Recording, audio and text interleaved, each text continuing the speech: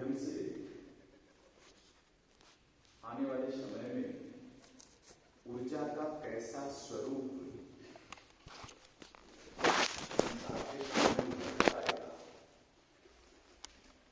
हो सकता है। आज के संवाद में विज्ञान के जिन विषयों को मैं रखने की कोशिश करूंगा, आप लोगों को वह कल्पना लगे।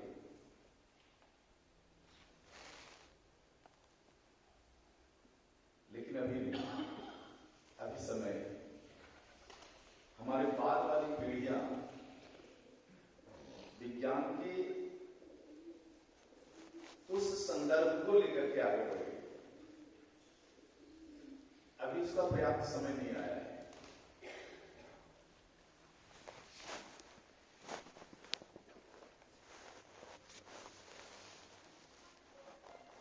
इस विषय को समझने के लिए देखो एक उदाहरण रख सकता हूं मैं, और बार बार देखो उदाहरण रखने की मैं कोशिश इसीलिए करता हूं क्योंकि उदाहरण से किसी विषय को समझना सबसे सरल कार्य, सबसे सरल है।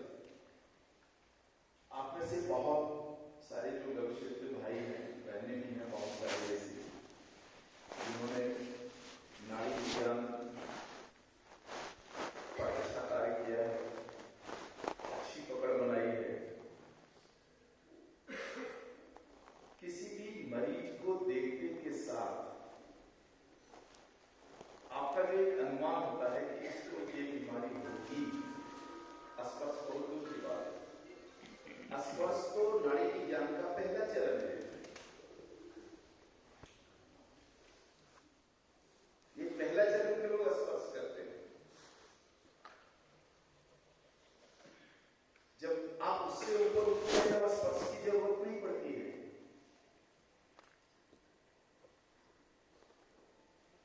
देखते के साथ समझ बन जाती है कि पंचमहाभूत में इस मरीज के शरीर में कौन से महाभूत की कमी है या कौन से महाभूत की अधिकता है, जिसको हम वात पित्त और कफ की संज्ञा से जानते हैं।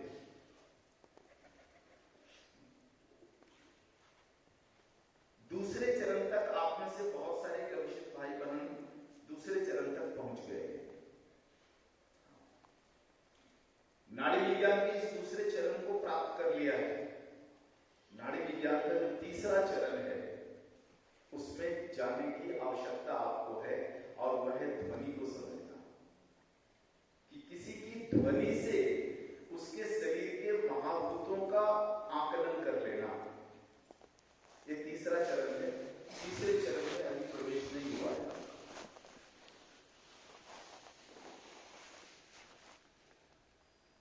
और इसके आगे एक और चरण, चौथा चरण,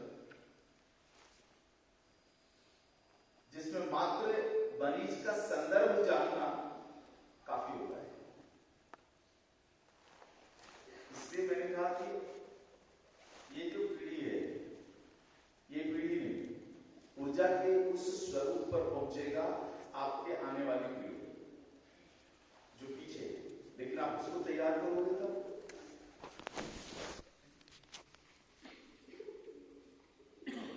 ऊर्जा के उस स्वरूप तक पहुंचने के लिए आने वाली पीढ़ियों को परिपक्व करना पड़ेगा। स्पष्ट शब्दों में कहूं तो अपने बच्चों का कैरियर और भविष्य इसमें बनाने का काम शुरू कर दो। इससे उत्कृष्ट मार्ग कुछ भी नहीं। तो जिस प्रकार से मरीजों को देखकर, मात्र दृष्टि से हमारी जो समझ आज बन रही है कि इसके शरीर में इस ऑर्गन का प्रॉब्लम होगा, इस अंग की समस्या होगी, या बात एक कफ में इसका डिसऑर्डर होगा, यदि इस ज्ञान को मात्र मनुष्य के शरीर से ऊपर आप लेकर के जाएंगे,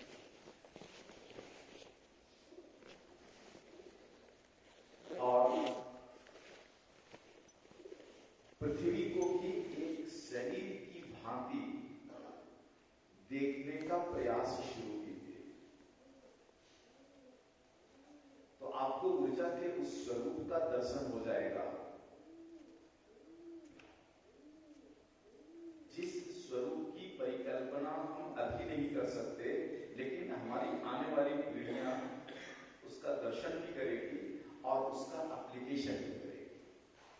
तो ये समझ बन जाए, इसीलिए इस बार एक छायाचित्र बनाया है, ये तैयार किया है छायाचित्र। ये छायाचित्र आपको आज दोपहर में मिलेगा सभी के लिए इसको प्रिंट कराया है। इसमें पृथ्वी को एक मनुष्य के शरीर के साथ या पृथ्वी का एक मनुष्य के शरीर के साथ इसमें तुलना किया है कि जिस प्रकार से हमारा शरीर 5 महाभूत वाला स्पष्ट दिखता है, जिन लोगों ने नाड़ी विज्ञान में अभ्यास किया है उनको दिखता है, उसी प्रकार से आप संपूर्ण पृथ्वी के शरीर को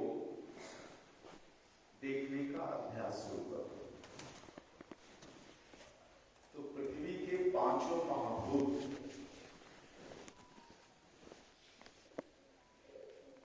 एक अद्भुत दृश्य के साथ आपकी आंखों के सामने होंगे। आपने पढ़ा पंचकेंद्र विज्ञान में कि मिट्टी के 5 स्वरूप है, जल का 4 स्वरूप है, अग्नि के 3 स्वरूप है,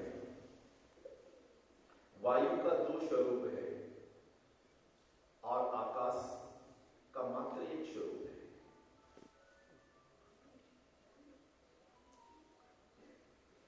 एक सोच और सोच के साथ एक परिकल्पना अपने मन में यहां से लेकर के जाइए कि हमें संपूर्ण पृथ्वी को एक मानव शरीर के रूप में देखना है। तो इसमें आपको सभी महाभूतों में, देखो सभी महाभूतों की संरचना मात्र एक तरंग से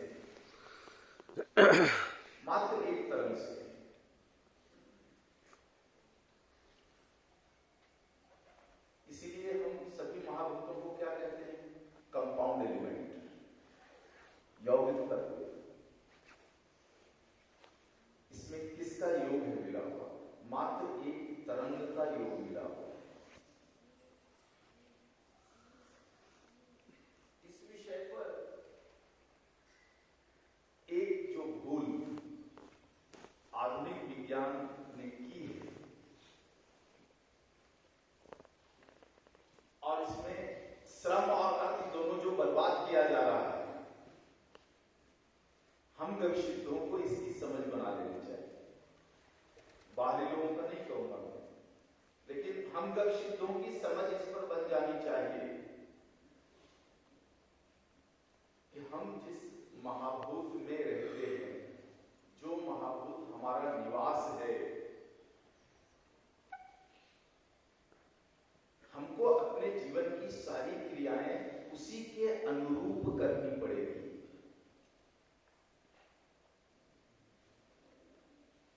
भूमि तत्व में रहने वाले जितने भी जीव हैं, उनके जीवन की सारी आवश्यकताओं को भूमि तत्व में ही ढूंढना पड़ेगा।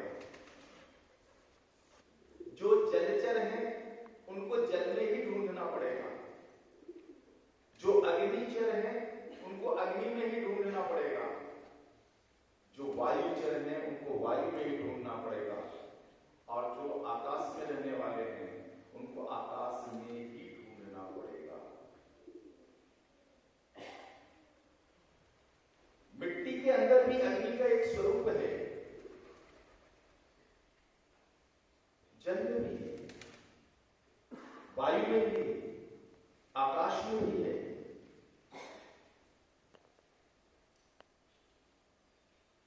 सभी में सभी कुछ है।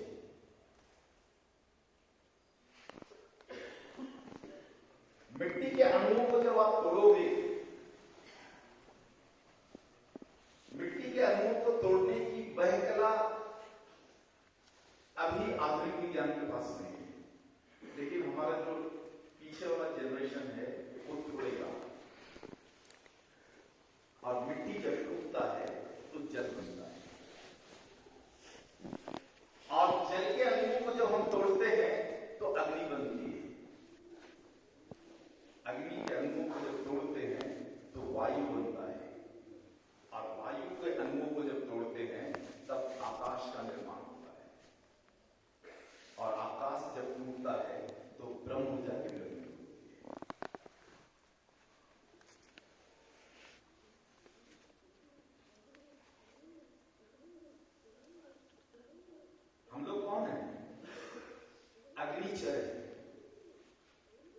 हम मनुष्य अग्नि में रहने वाले जीव हैं।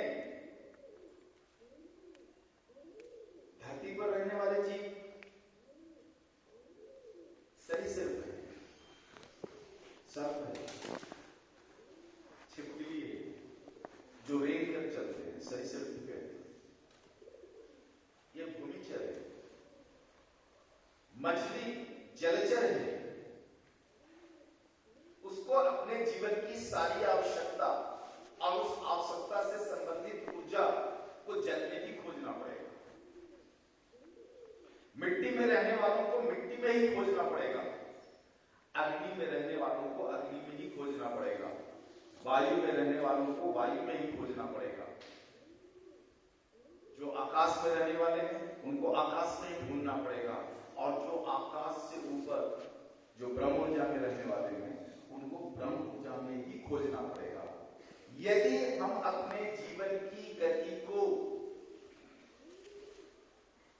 ब्रह्म ऊर्जा में ले जाना चाहते हैं तो हमें अपने ब्रह्म स्वरूप को समझना पड़ेगा। इस मनुष्य के काया में रहते हुए हम पानी में नहीं रह सकते। इस मनुष्य की काया में रहते हुए हम आकाश में नहीं रह सकते।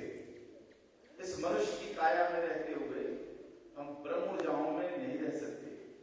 यदि हमें ब्रह्म ऊर्जाओं में रहना है, वहां यात्रा करना है, तो हमें अपने स्वरूप, शरीर के ब्रह्मीय स्वरूप को समझना पड़ेगा।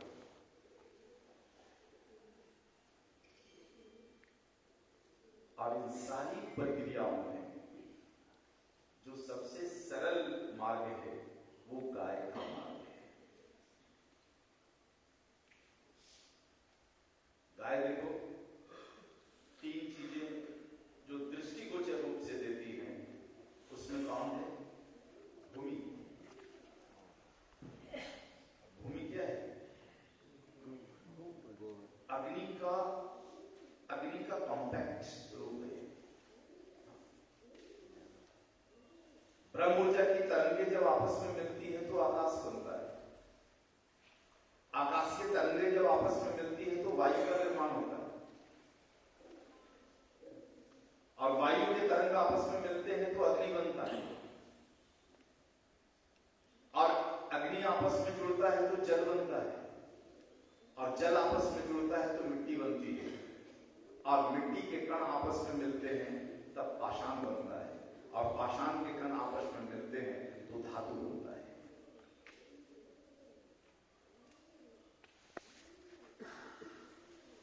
तो गाय हमें भूमि तत्व देती है। इस भूमि तत्व से हम चाहें तो पांचों महाभूतों को निकालकर उसका एप्लीकेशन कर सकते हैं, क्योंकि उस मिट्टी में सब कुछ है।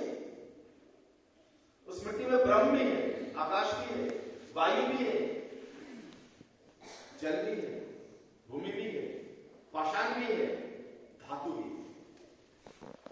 तो गाय के गोमय से हमारी आवश्यकता क्या है? अग्नि, क्योंकि हम अग्नि चले, अग्नि में रहने वाले, तो निकाली जा सकती है। निकालने की बहुत सारी प्रक्रियाएं हो सकती है।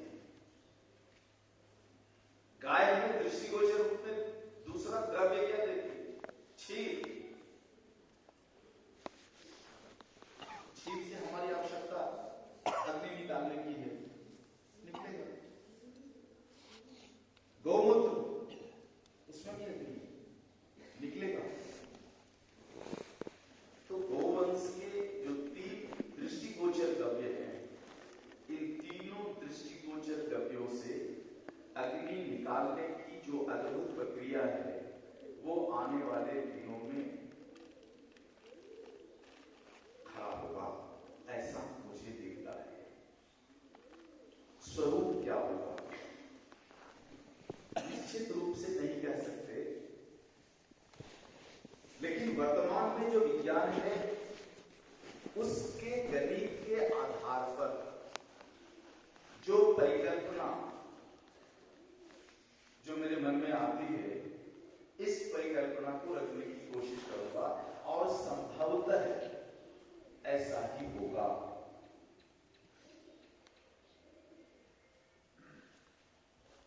ऊर्जा का सबसे बड़ा स्वरूप जो आज दुनिया के पास है, संसार के पास है, ऊर्जा का सबसे बड़ा स्वरूप, उसको हम एटम बम के रूप में मानते हैं। एटम बम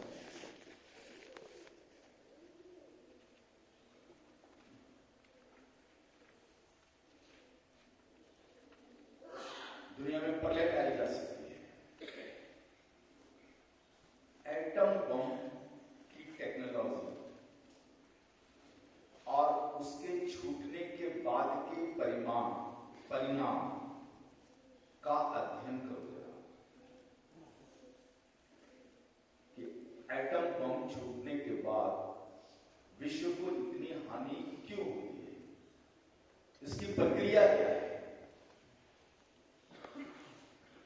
जितना मैंने समझा है एटम बम को, उस गणित के आधार पर जो हमारी समझ बनती है कि एटम बम छूटने के बाद वहां के वायुमंडल का तापमान बहुत बढ़ जाता है। 2000-3000 डिग्री सेंटीग्रेड चला जाता है और उस बढ़े हुए तापमान के कारण ही सब कुछ ध्वस्त हो जाता है। ये जिस परिषद में बैठे हुए हैं, इस परिषद के पास अपनी एक निर्धारित क्षमता है कि वह इतने से ज्यादा तापमान को नहीं झेल सकता है। उससे ज्यादा तापमान हुआ रात में बदल जाएगा। हमारा शरीर 100 डिग्री से ऊपर का तापमान को नहीं झेल सकता है। 100 डिग्री के तापमान में कुछ घंटे यदि बैठ जाए हम, तो हमारा शरीर रात में बदल जाएगा। धातुओं की एक अपनी क्षमता है, पाषाण की एक अपनी क्षमता है।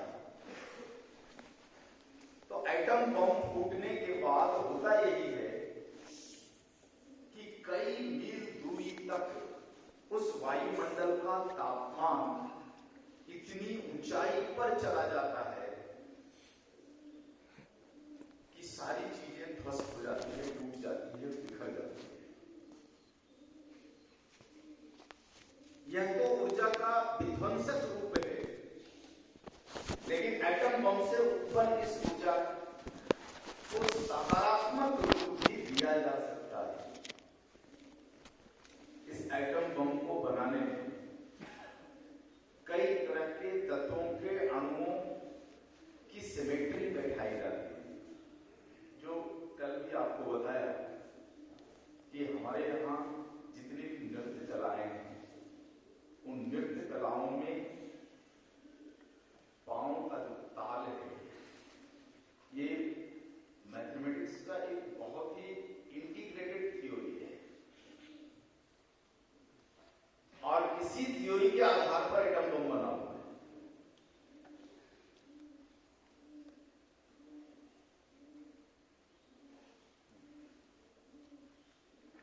तो एटम बम करता क्या है? तापमान को बढ़ाता है। आज भी भारत में आयुर्वेद के कुछ ऐसे प्रयोगशालाएं हैं, मैंने देखा है, देखी हुई बात नहीं कह रहा हूं। गाय के गोमे के कंडे से उतना ही तापमान उत्पन्न किया जाता है जितना एक एटम बम के फूटने से होता है। आपको एक विश्वास नहीं होता है इन चीजों पर, तो आप तमिलनाडु के जो है तंजावुर आ जाओ। तमिलनाडु में एक जगह है तंजावुर। तंजावुर की एक अपनी बहुत बड़ी विशेषता है, आज उस विशेषता में नहीं जाएंगे। वहां पर एक विश्वविद्यालय है जिसका नाम है शास्त्रा यूनिवर्सिटी। आप उनके लैब में कभी समय मिले तो आप जाओ। अनुमति अंदर नहीं होती है, लेकिन आप अगर एक्सप्लेन करोगे तो छोड़ भी सकते हैं आपको लैब पर। उनका बड़ा पारंपरिक एक लैब है, लेबोरेटरी है, जहां पर वो लौह भस्म बनाते हैं चिकित्सा शास्त्र के लिए। उनका अंडरग्राउंड जो है एक भट्ठी है, जिस भट्ठी में आज भी गोबर के कंडे से 1750 डिग्री टेम्परेचर उत्पन्न करते हैं और कोई दूसरा फ्यूल नहीं होता। केवल गाय के गोबर का कंडा होता है और 1750 डिग्री सेंटीग्रेड तापमान उत्पन्न करके लोहे को जला करके, फेरस को जला करके राख बनाते हैं। सामान्यतः आप जब किसी लकड़ी को जलाते हो या किसी भी ज्वलनशील पदार्थ को आप जलाते हो, तब उसका तापमान जो भूमि रूप में है, उसका तापमान 100 डिग्री सेंटीग्रेड से ऊपर नहीं होता।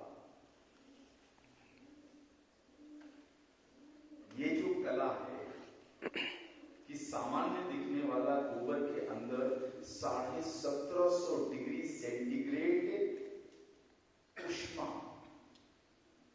उसके अंदर बंद है, वो भट्टी उस ऊष्मा को रिलीज कर देती है और लोहा जल करके राख हो जाता है। यह जो गोबर के अणुओं में छिपा हुआ जो उष्णता है, जो सुषुप्त अग्नि है, इस अग्नि से एटम बम बन सकता है, जो महाभारत के कालखंडों में बना।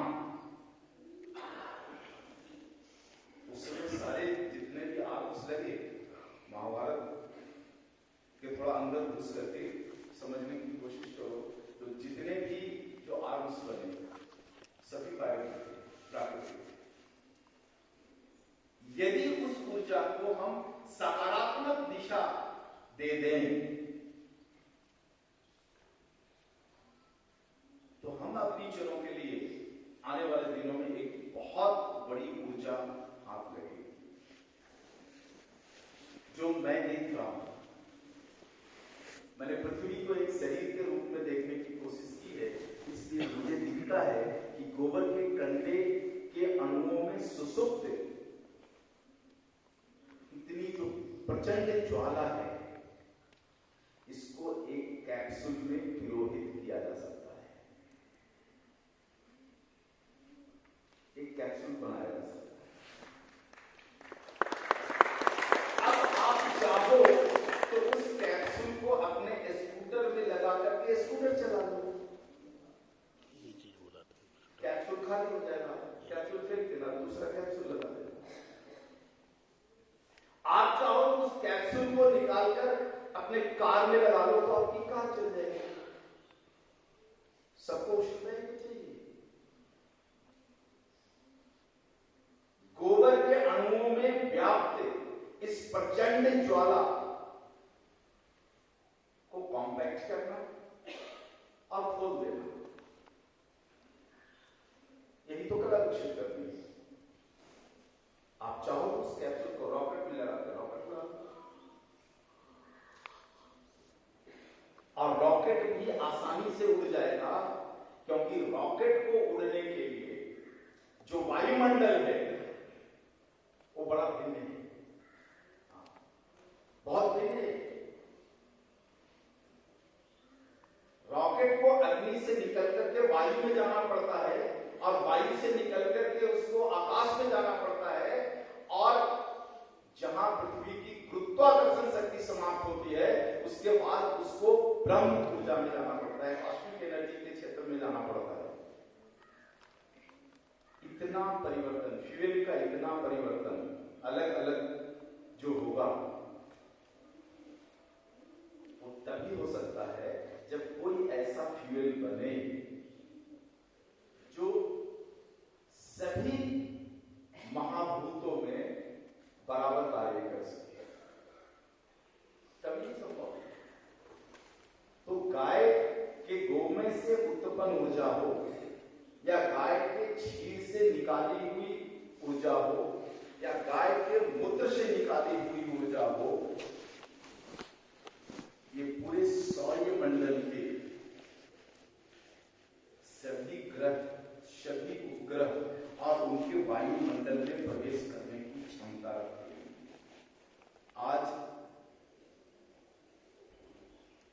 जो एक प्रयास चल रहा है दूसरे ग्रहों पर जाने के लिए, उसमें सबसे बड़ा जो संकट है वैज्ञानिकों के पास, आधुनिक विज्ञान के वैज्ञानिकों के पास, कि उनका फ्यूल एक ही तरीके से सभी महाभूत में कार्य नहीं करता।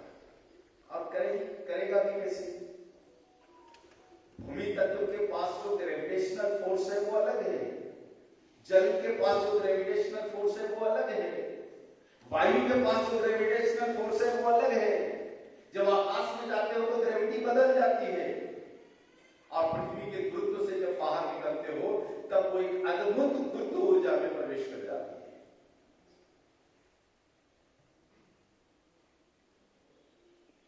संभव है ग्रहों पर जाना, उपग्रहों पर जाना संभव है। महाभारत में बहुत सारे ऐसे प्रसंग आए हैं जिन प्रसंगों में विवरण है कि भारत के योद्धाओं को अस्त्र विद्या के लिए दूसरे ग्रह पर जाना पड़ा, विद्या प्राप्त करने। दूसरे ग्रह के बहुत सारे जो योद्धा है महाभारत युद्ध में लड़ाई के लिए धरती पर आए। ये तो हुआ है, भारत का बीता हुआ कल इसको जिया है।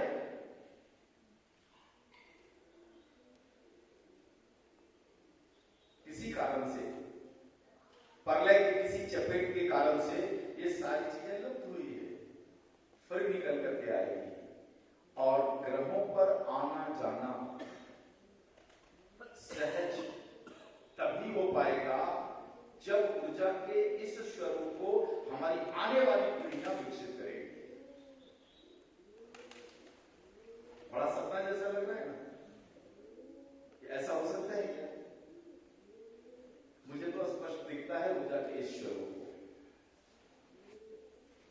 ऊर्जा के स्वरूप को मैं स्पष्ट दिखता हूं। तो जो गोमय से ऊर्जा जो निकलेगी उसका विज्ञान अलग होगा,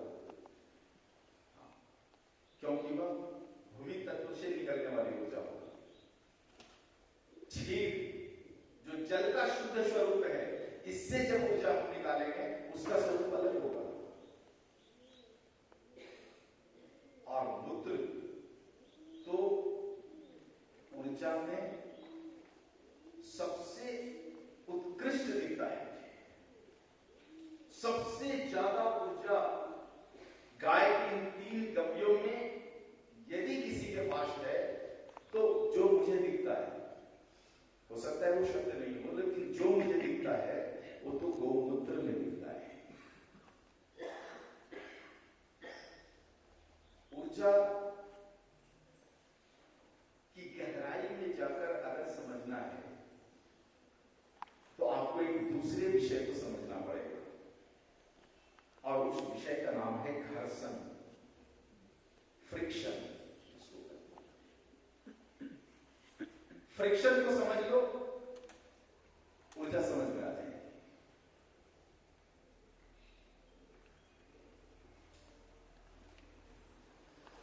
ऊर्जा को समझने का एक और वैकल्पिक रास्ता है, वह है गति, वेलोसिटी। इससे भी ऊर्जा को हम समझ सकते हैं। फ्रिक्शन, हम हवाई जहाज में बैठते हैं, ऊपर उड़ने के लिए हवाई जहाज में कितना फ्यूल लगता है, अगर इसका गणित एक बार पढ़ लो और उससे हमारे वायुमंडल का कितना नुकसान होता है, इसका गणित एक बार पढ़ लो, तो मुझे नहीं लगता कि आपका हृदय कभी करेगा हवाई जहाज में बैठने। इस पूरे गणित को मैंने समझा है, इसलिए कम से कम हवाई यात्रा की कोशिश करता हूं।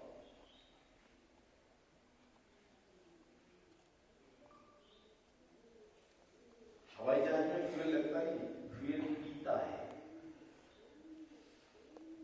क्योंकि हवाई जहाज को जिस विज्ञान के आधार पर उड़ना चाहिए था उस आधार पर नहीं उड़ता।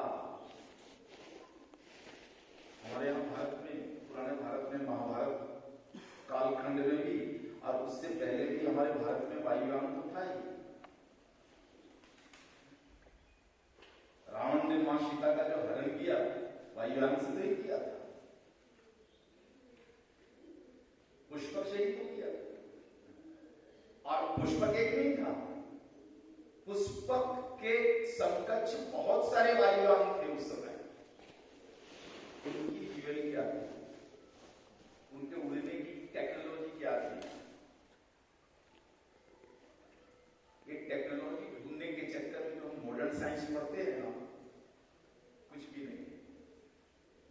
टेक्नोलॉजी को अगर ढूंढना है तो अपने शास्त्रों को पढ़ो, और अपने शास्त्रों को पढ़ना है तो सबसे पहले संस्कृत पढ़ो। संस्कृत पढ़ने बगैर आपको शास्त्र समझ नहीं आएगा। और आपको संस्कृत समझ में ना आए इसीलिए अंग्रेजी का वर्चस्व बना करके रखा गया है, क्योंकि भारत के लोगों के पाठ्यक्रम से अंग्रेजी हटा नहीं कि लोग संस्कृत पर आ जाएंगे, और संस्कृत पर आ जाएंगे तो उनको सारी पुरानी टेक्नोलॉजी समझ में आएगी, क्योंकि वो हमारे जीन में है। यूरोपियन के जीन में नहीं है, अमेरिकन के जीन में नहीं है, और हमारे जीन में है। हमको जितना जल्दी समझ में आ जाएगा संस्कृत के जिन ऋचाओं को हम एक दिन में समझ सकते हैं, किसी अमेरिकन और यूरोपियन को उसको समझने में 20 साल लगेगा, क्योंकि वो उनके जिन में नहीं है।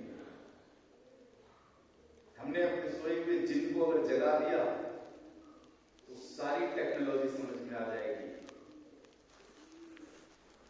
त्रेता कालखंड में जिन पुष्पक विमानों का वर्णन है, उसके हवा में इतनी तेज गति से उड़ने का जो विज्ञान है, इसमें जरा प्रवेश करने की कोशिश करो आप। एक ही खेल है, और वो है ग्रेविटेशनल फोर्स का खेल, ग्रेविटी का खेल है।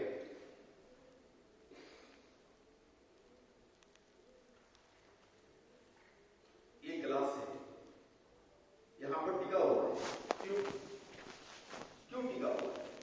यदि मैं हाथ हटा दूं तो यहां पर नहीं रहेगा, नीचे गिर जाएगा। एक ही खेल है, वो है गुरुत्व का। हर वस्तु पर गुरुत्व शक्ति लगती है, और गुरुत्व शक्ति के कारण ही वह वस्तु अपने गुरुत्व की ओर बढ़ जाता है। मान लो, अभी तो मान लो, आने वाले दिनों में होने वाला है, मुझे तो स्पष्ट दिखता है।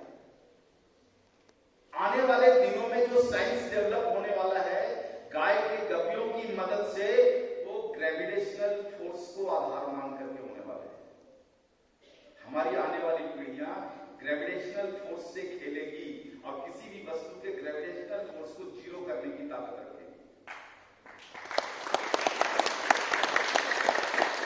अब देखो ये क्या होता है, इस वस्तु से कुछ ऐसी ऊर्जाओं को निकाल बाहर कर दो जिससे इसका ग्रेविटेशनल फोर्स जीरो हो जाए। एक चुटकी के फोर्स में आसमान में उड़ जाए। एक चुटकी के फोर्स में ये 1 मीटर ही जाता है, क्योंकि इसके ऊपर ग्रेविटेशनल फोर्स लगा हुआ है। इस ग्रेविटेशनल फोर्स को शून्य करने की ताकत हमारी पीढ़ियां गाय के गपियों की मदद से करने जा रही है, और ये कहीं और नहीं होगा, भारत भूमि में ही हो सकता है। पुष्पक विमानों की जो टेक्नोलॉजी थी, उसमें यही था कि एक विशेष प्रक्रिया,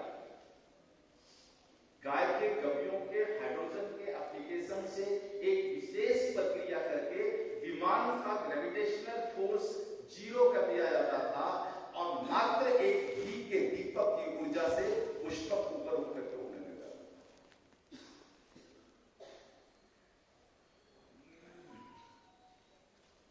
आज जो हवाई जहाज उड़ रहा है, इसमें भी यही काम हो रहा है। रॉकेट जो उड़ रहा है, उसमें भी यही काम हो रहा है। ये हवाई जहाज है, इसमें 2 तरह का फोर्स लगा हुआ है, एक वर्टिकल फोर्स, एक हॉरिजॉन्टल फोर्स।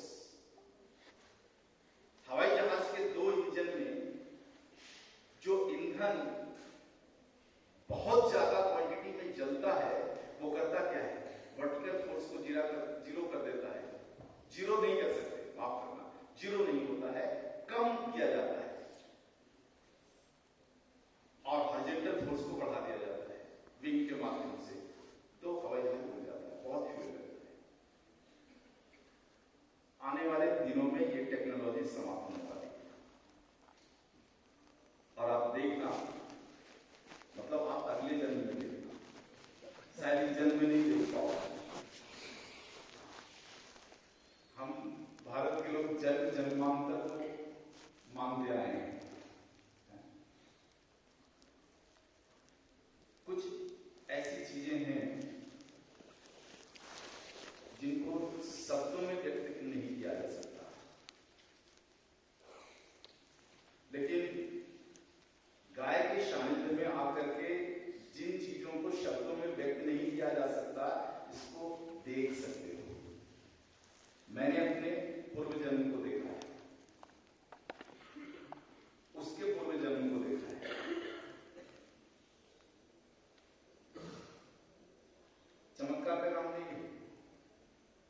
बेसिक गाय की साधना में आ जाओ, आप देख लो कि पूर्व जन्म में आप क्या थे, उसके पूर्व जन्म में आप क्या थे।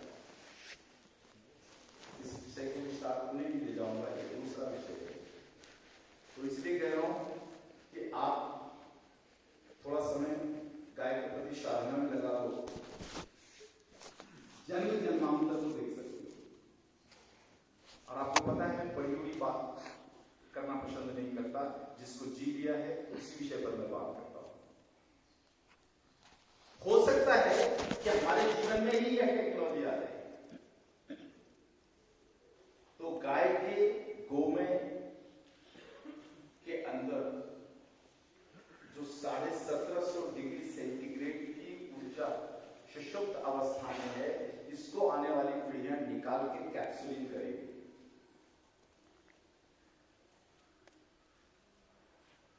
गाय के क्षीर के अंदर जो शुद्ध हाइड्रोजन है,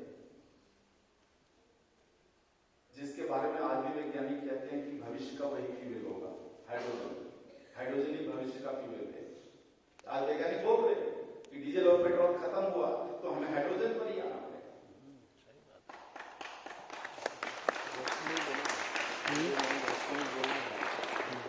बायोटिक हाइड्रोजन किसके पास है? केवल गाय के पास है बायोटिक हाइड्रोजन।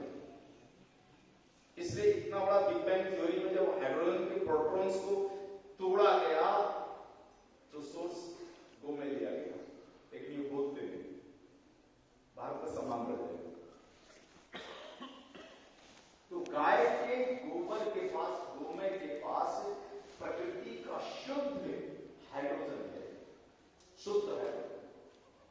और हाइड्रोजन की क्षमता का आकलन नहीं कर सकते। हाइड्रोजन के पास कितनी क्षमता है। अब देखो आज के जो वैज्ञानिक हैं वो, उनकी जो धारणा है मॉडर्न साइंस के हिसाब से, वो धारणा यही है कि हाइड्रोजन एक गैस है। मैंने जो विज्ञान को जितना समझा है उसमें मैं देखता हूं कि हाइड्रोजन मात्र गैस नहीं है, हाइड्रोजन ठोस भी है, हाइड्रोजन तरल भी है। हाइड्रोजन का अग्निस्वरूप होती है। सूर्य की जो किरणें निकलती है वो हाइड्रोजन का अग्निस्वरूप ही तो है। गाय का गोबर का जो फर्मेंटेशन होता है, इसमें से जो चीजें निकलती है वह उसका वायु स्वरूप है। और शुद्ध जो गोमय कंडा है, गोबर का कंडा जो है, वो हाइड्रोजन का सॉलिड रूप है, ठोस रूप है।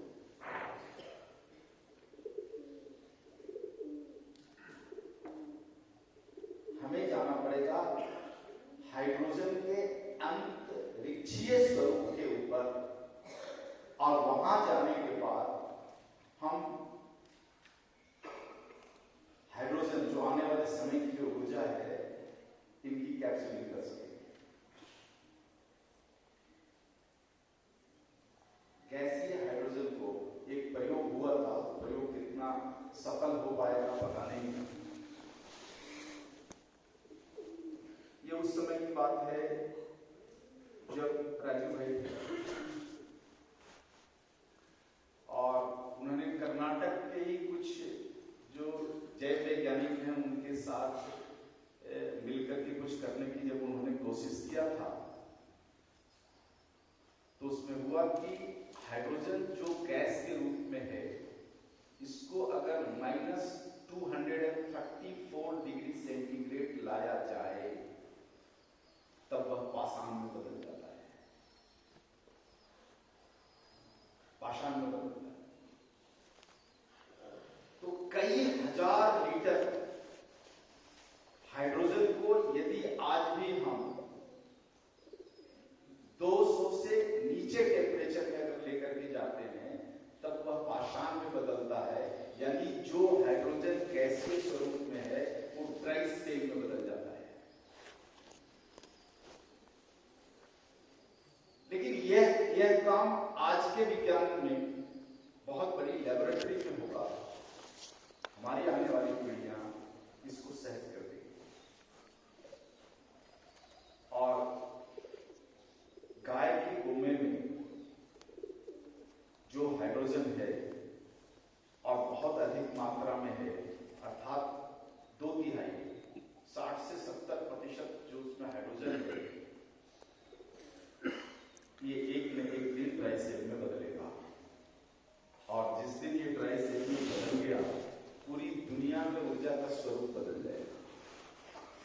ना आपको हाई टेंशन के वायर मिलेंगे दुनिया में। हाई टेंशन के जो वायर हैं, बिजली के खंभे हैं, ये सब खत्म हो जाने वाला है। और हमें घर में, फैक्ट्री में, कहीं कितनी भी ऊर्जा की जरूरत पड़े, वो सॉलिड हाइड्रोजन के ड्राई सेल से चलने वाला है। यहां तक हम पहुंचे, इसी के लिए मैं कहता हूं कि आने वाली पीढ़ियों को इस काम में लगाया जाए। गाय के गव्यों का विज्ञान इतना गहरा है, इतना गहरा है, इतना ऊंचा है, इतना ऊंचा है, जिसमें भारत के लाखों बच्चे अपना कैरियर बना सकते हैं। कल्पना कर लो कि पूरी दुनिया से हाई टेंशन के वायर अगर खत्म हो गए, बिजली के खंभे खत्म हो गए, दुनिया से न्यूक्लियर प्लांट खत्म हो गया, दुनिया से कोल प्लांट खत्म हो गया, कैसा शुद्ध, प्रदूषण मुक्त ऊर्जा हमारे हाथ में रहेगी।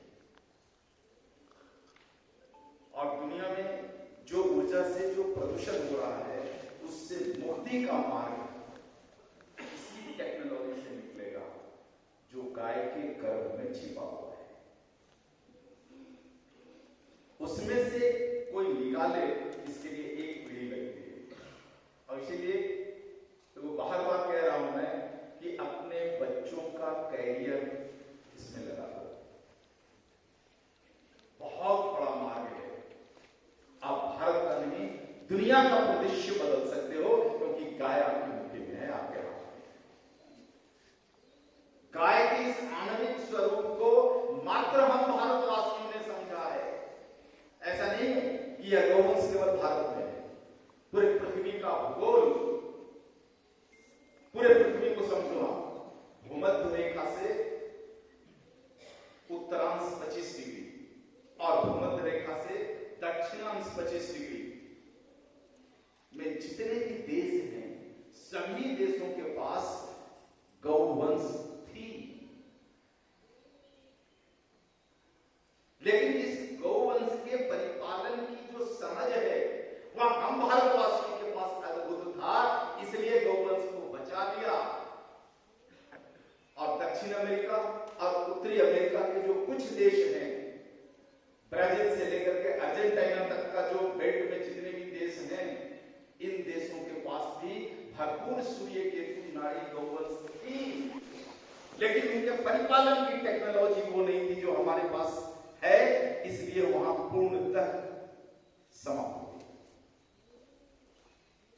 थोड़ा बहुत अफ्रीका ने बचा करके रखा है। अफ्रीका के आदिवासियों ने, वनवासियों ने थोड़ा बहुत इसको बचा करके रखा।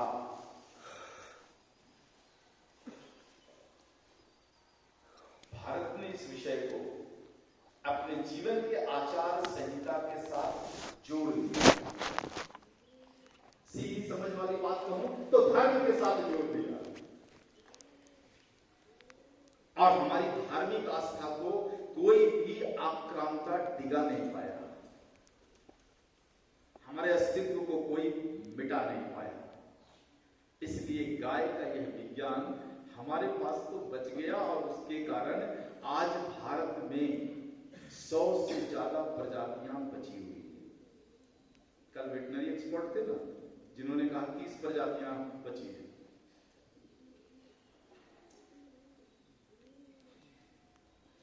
कोशिश करता हूं कड़वी बात ना बोलूं मैं।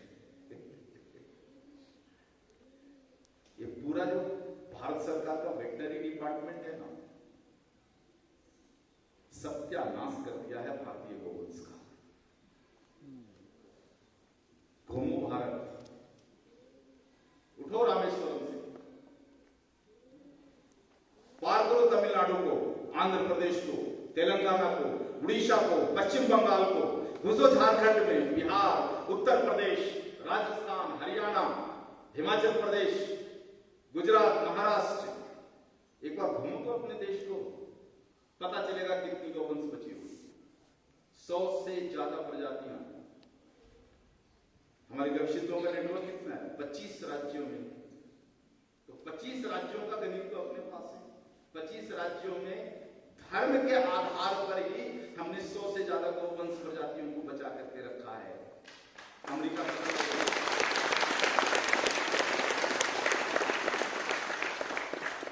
अफ्रीका थोड़ा बहुत बचा लिया क्योंकि वहां भी उनकी धार्मिक आस्था बहुत प्रबल है, बच गया। ये धर्म का ही आधार है जिसने बचाया है। और क्या परिपाटी चला दी हो? भारत धर्म निरपेक्ष राज्य कर लो। धर्म की निरपेक्षता, धर्म की निरपेक्षता करने में तो 150 गौवंशों को हमने खत्म किया।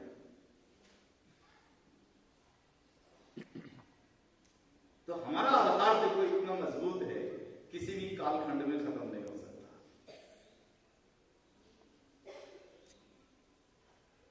360 प्रजातियां रही 17वीं शताब्दी तक के भारत का इतिहास दस्तावेज निकाल करके देखो। 360 प्रजातियां भारत में रही है। 100 प्रजातियां आज भी हमारे पास है। इन 100 प्रजातियों को बच तो गई है क्योंकि आप व्यवस्थित खड़े हो गए हो और आपको अलग अलग प्रजातियों का विज्ञान समझ में आ गया, इसलिए बच तो गई है। इसका संवर्धन करो, संख्या बढ़ा दो। सबसे बड़ा खजाना हम अपने आने वाली पीढ़ियों को दे सकते हैं इसके मदद से। आने वाली पीढ़ियों के लिए घर बना के दोगे ना, 50 साल में टूट जाएगा। आने वाली पीढ़ियों को कार खरीद के दोगे ना, 10 साल में एक्सपायर हो जाएगा। आने वाली पीढ़ियों को कुछ भी दे दोगे, 50 साल से ज्यादा चलने वाला विज्ञान ही नहीं है। कुछ भी दे दो आने वाली पीढ़ियों को गिफ्ट के रूप में, 50 साल से ज्यादा नहीं चलेगा। गौवंश की डोर दे दिया ना तो पीढ़ी दर पीढ़ी को विज्ञान चलता है। हमारे पूर्वज जब अपने बच्चों का विवाह करते थे तो क्या करते थे? सबसे बड़ा दान क्या होता था? कन्यादान के बाद सबसे बड़ा दान होता था गौदान। इसीलिए तो गाय बचती। तो यदि इन संस्कारों को अगर आपने इरेज कर दिया तो आने वाली पीढ़ियों को आप गिफ्ट में क्या देने वाले हो? वही जिसकी आयु 50 साल से ज्यादा नहीं है। पीढ़ी दर पीढ़ी को गाय नहीं चल सकती है। और ये तो देखो एक मात्र छोटी सी झलक, पूजा की छोटी सी झलक रखने की कोशिश मैंने की है कि आने वाले दिनों में स्कूटर से लेकर रॉकेट तक हाइड्रोजन के कॉम्पैक्ट कैप्सूल से कैसे चलेगा, इसकी एक झलक रखी है। इसके ऊपर तो बड़ी लंबी स्टडी है। इस विषय को अब यहीं पर रोकता हूं। इतना ही बचा लो बहुत है, और इतनी ही जानकारी आने वाली पीढ़ियों को दे दो तो भी मैं समझता हूं कि बहुत है। देखो, ज्ञान कभी मुक्त नहीं होता, कभी मुक्त नहीं होता। मुगल आक्रांताओं ने हमारे देश के बड़े से बड़े लाइब्रेरी को जला करके राख कर दिया। भारत से ज्ञान चला गया। ज्ञान तो हमारे पीठ में होता है, उसको कौन जला सकता है? जो जेनेटिकली ट्रांसफर होता है। ज्ञान जलता नहीं। वनस्पतियां समाप्त नहीं होती, जीव समाप्त नहीं होता। पृथ्वी के गुरुत्व में जितने भी महाभूत हैं ये कभी समाप्त नहीं हो सकते। समय के साथ लुप्त होने को समाप्त होना नहीं कह सकते।